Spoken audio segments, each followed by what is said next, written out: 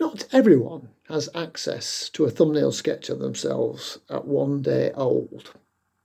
I'm not talking about pictures of mother and baby doing well straight after delivery. More what impression I made as a newborn and counting words. Amongst keepsakes at my mum's when we were clearing out a house after she died, there's this letter, seemingly written over 60 years ago on maternity unit Isel, to be sent home to my grandparents with my new dad. They had neither car nor phone and buses were infrequent.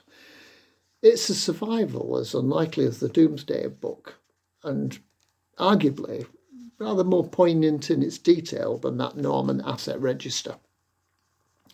It's faintly shaming to read that I'd had 1 or 2 tries at feeding, but as yet is not very successful, far too sleepy.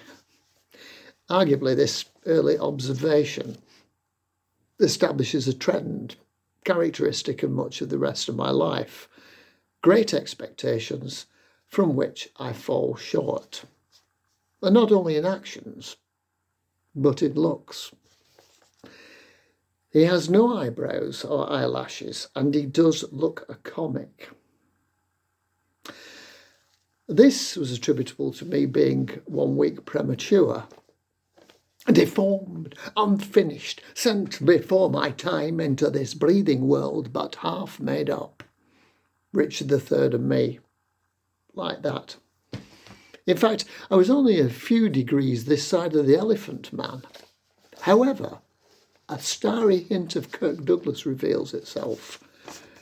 There is a faint suspicion of a dimple in his chin. So, it's established within 1 day of being born that I'm a freak and a failure. I'm also something of a runt. By the way, he is 6 pounds 2 ounces and measures 19.5 inches. Bit of a weed, but that did mean that I slipped out swiftly, eagerly even. He was certainly big enough for me. She speaks of stitches. Sorry, Mum.